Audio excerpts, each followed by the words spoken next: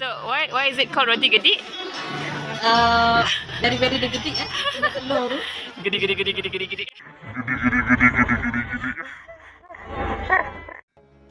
Kota Bharu is a town located in the northeastern part of Malaysia, close to the Thai border. Unfortunately, due to its proximity to the river, it sometimes gets flooded, especially during the monsoon season from October to February. Our initial plan was to take the train from Kuala Lumpur to Gemas to Wakaf Bharu. But just a few hours before our scheduled departure, we received a call that our sleeper train was cancelled due to a flood.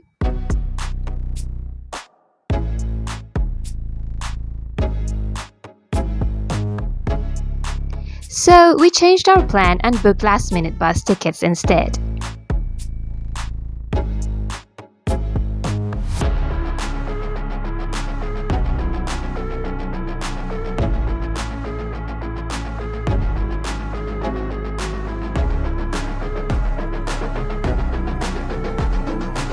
We took the double-decker Sunny Express bus, which cost 34 ringgit and 70 cent per person. Day 1. We arrived early in the morning after an 8-hour journey. It was raining heavily. Luckily, the food court at the bus station opens early.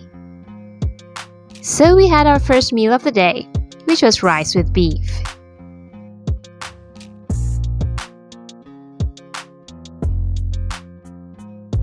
And then, when the rain had subsided a little, we went sightseeing.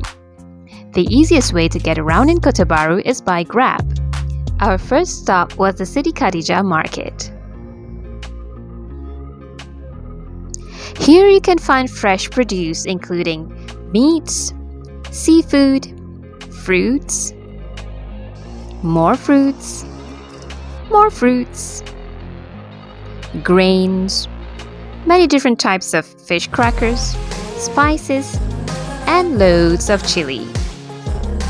They also sell clothes and other non-perishable items on the upper floors. And so we bought all the spices and fish crackers we needed. Then we continued sightseeing.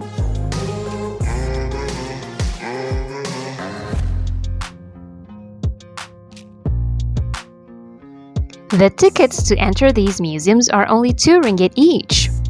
We went to Istana Johor to see what an old Kelantanese palace looks like.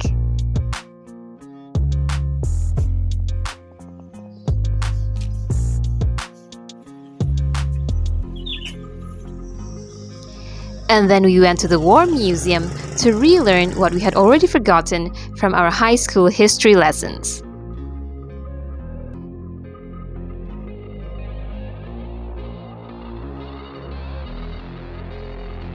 Not too far from the museums is the Royal Bridge. During our visit, it was partially submerged because of the flood.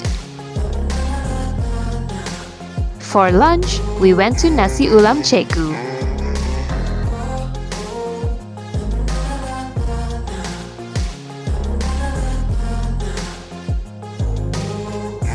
They had a wide selection of side dishes to choose from.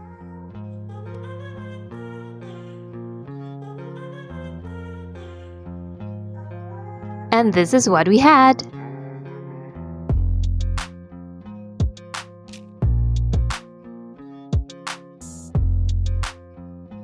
They even had live music. After lunch, we went to our hotel to check in.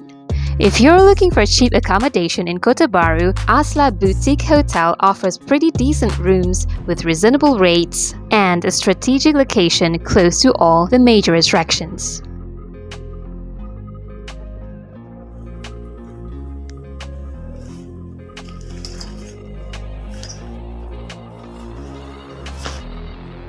Once we had freshened up and had some rest, we went out to explore the street art.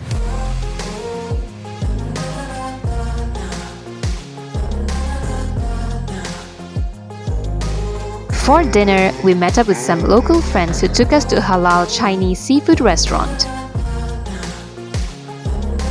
And because a meal is not complete without coffee and desserts, we went cafe hopping.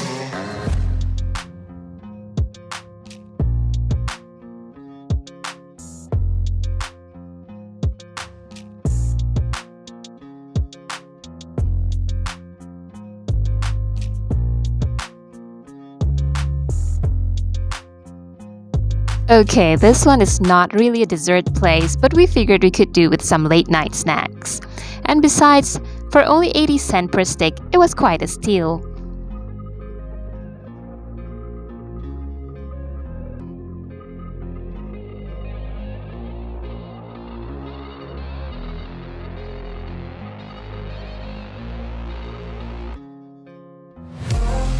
Day 2.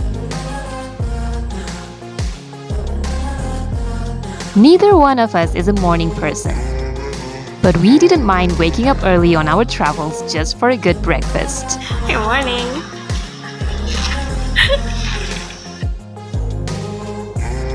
We went to an old kopitiam near our hotel for some nyonya food.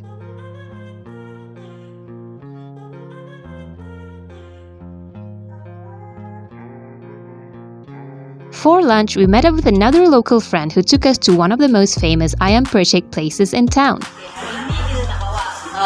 Dari tourist. Ini kita bawa dekat Yati ayam percik. Ada ni dia punya famous lah ayam percik ni dekat Kelantan. Ada labu biru, solok lada, ayam percik dan daging bakar. Okay. Lagi? Itu je lah. Tu je lah.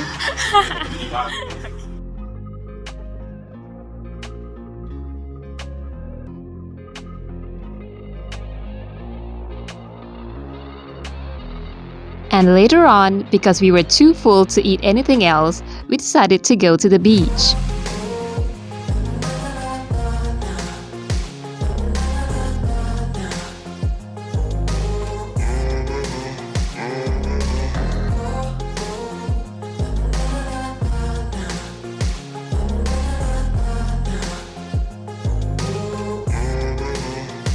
Pantai Seno is a picturesque beach located about 30 minutes away from the city center.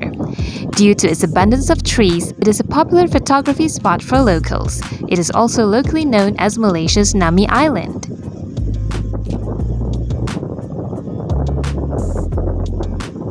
We spent the rest of the evening enjoying the sea breeze, taking photos, and sipping on coconut milkshakes.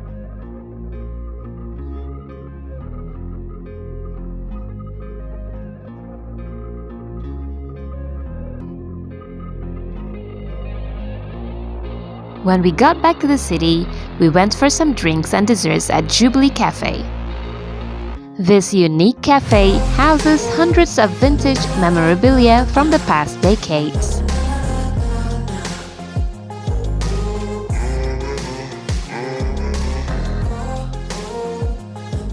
And before we went back to our hotel for the night, we checked out a nearby night market.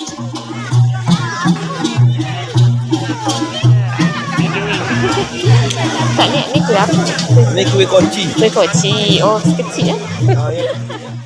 Anaknya beli ikan puyuh, kita gula dia nak makan singgah, podemo tak royak dulu.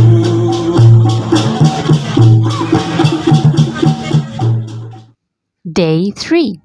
We went back to the same coffee shop that we went to the day before, but this time we had a turnip cake and rice with fish. After such a heavy meal, we forced ourselves to walk a few miles to burn off some calories before we eat more food. We made a quick stop at Nasken Cafe to try out the locally produced coffee. Next, we headed to Kopitiam Kita because we decided that we were ready for a second breakfast. Nasi gula cobek ni kena beratur panjang, kena tunggu pagi-pagi lagi. Selepas subuh tu kena tunggu jam. Tapi bila berada di Kopitiam kita, anda tidak perlu beratur, cuma perlu diambil di sebelah kaunter pembayaran kalau nak makan nasi gula cobek yang sedap.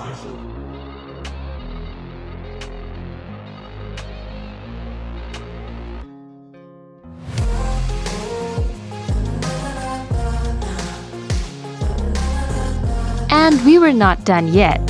On our way back to the hotel, we visited Hover Restaurant, which is famous for its free-range chicken. So we bought 2 chicken legs to take away. In the late afternoon, we spent some time in Museum Kelantan because we felt like we hadn't done anything much in Kota Bharu other than eat. Then we continued eating. This time we had mee chambo and nasi air.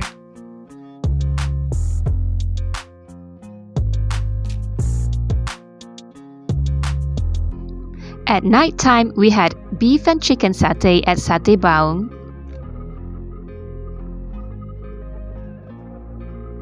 And we finished it off with some coffee at Volt Cafe.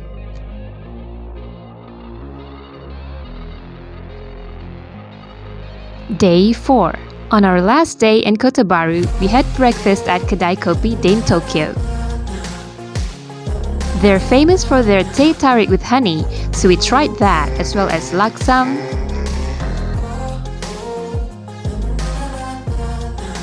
nasi dagang, and nasi kerabu. And that marks the end of our foodie adventure in Kota Bharu. For those of you who love food as much as we do, I'd highly recommend visiting this place in East Coast Malaysia. Thank you so much for watching. If you enjoyed this video, please don't forget to like, comment, share, and subscribe. See you in the next video.